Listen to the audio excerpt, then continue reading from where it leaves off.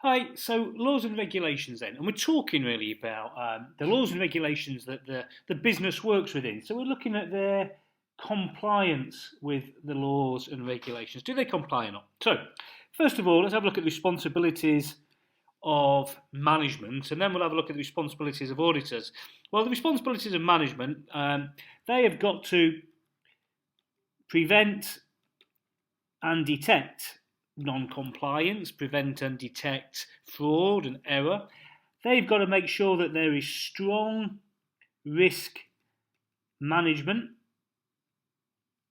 and internal controls to deal with non-compliance. Have we looked at the risks of non-compliance? Where are these risks? How are we dealing with them? Do we have internal controls to ensure that we are always compliant? Is there a culture? Is there a top-down culture of honesty, of ethical behaviour, of complying with standards? Do they comply? Okay, so compliance itself is obviously as well one of management's responsibilities.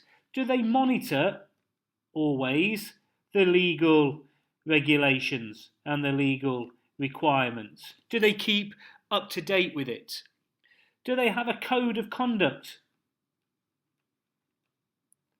It's their responsibility to develop, publicise a code of conduct, and it's their responsibility to train their staff to ensure that compliance always happens. So they've got a lot of things to do to help prevent and detect non-compliance with any laws and regulations. So what about the auditor then? What does the auditor have to do? Well, it's the auditor's job always, isn't it, to make sure that the accounts are free from material misstatement. And they're going to be free from material misstatement caused by non-compliance. And so therefore, because of that, they need to have a general understanding of the framework.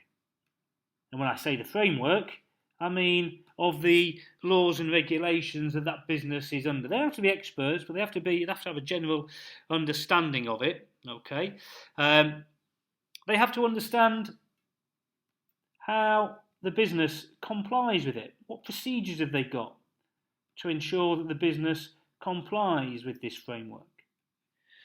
They need to apply professional skepticism.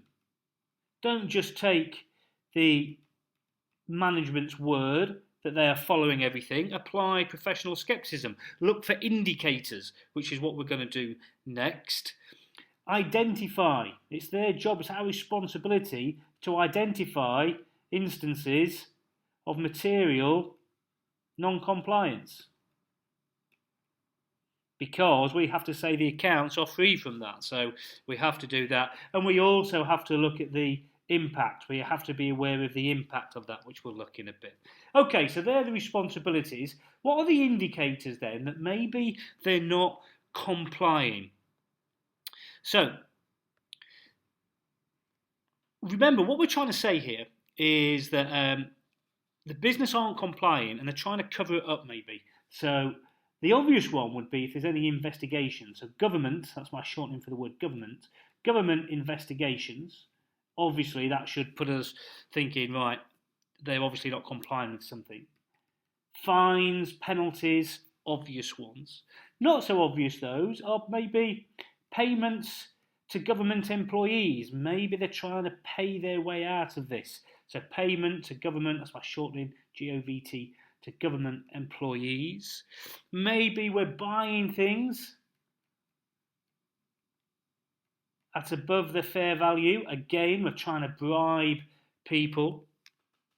Are there unusual bank transfers going on? Again, unusual bank transfers would make you think about money laundering, could also make you think about trying to get away with non-compliance with laws and regulations. Is there a lack of an audit trail? Everything else has got documentation, but certain transactions just don't. There's no exchange control documentation. There's no paperwork to go about it. So if we have these indicators, that's what makes us look into it in a bit more detail. But why are we bothered then from an auditor's point of view? Apart from making sure it's free from material misstatement, what material misstatement would it be? Well, it would be we would miss a provision. So we have to think about, should we bring a provision in for potential fines that this company will face for non-compliance that they've already done. Also, we'd have to think about what disclosures were needed in the accounts. And finally, the effect on our opinion. Are the accounts still true and fair?